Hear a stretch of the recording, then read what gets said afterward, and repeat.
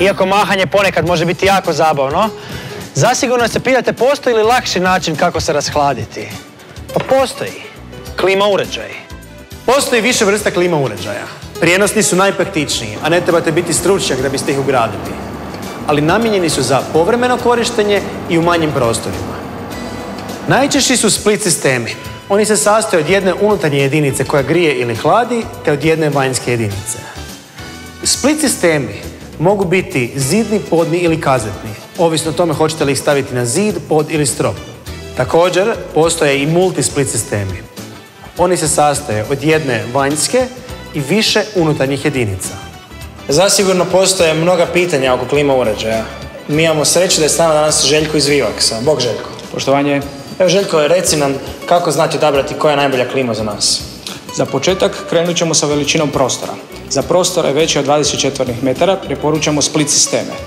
Bitno je izabrati klima uređaj koji nije preslab jer jednostavno neće ohladiti, odnosno zagrijati prostoriju, a isto tako je bitno da se ne uzme prejak klima uređaj da bespotrebno ne troši energiju. Dobro, a ili svi klima uređaji jednako troše struju? Ne. Bitna je energetska učinkovitost klima uređaja. Sa klima uređajima višeg energetskog razreda i računi za struju će biti znatno manji. Bitno je naglasiti da klima uređaji dolaze sa različitim vrstom filtera, tako da alergičari prilikom kupnje svakako traže klima uređaj koji ima filter protiv peludi i prašina. Današnji klima uređaj koriste invertersku tehnologiju. To znači da se rad kompresora prati elektronički. Što je veća razlika između vanjske i unutarnje temperature, to će kompresor raditi jačom brzinom. Prednosti su brže postizanje zadane temperature, mogućnost grijanja na vrlo niskim temperaturama, manja potrošnja energije i lakše održavanje zadane temperature. Danas je sve bežično, pa zašto ne bi bila i klima bežična? Zasigurno se pitate. I je, Wi-Fi aplikacija vam omogućava da putem s posla, sjetite se želite ući u hladan stan, hop, hop, hop, ništa lakše. Multisplit sistemi. To su sistemi koji koriste jednu vanjsku i više unutarnjih jedinica. Savršeni su za umrežavanje cijelog kućanstva. Umjesto da gomilate više jedinica po vanjskom zidu, dovoljno je da ih sve spojite na jednu.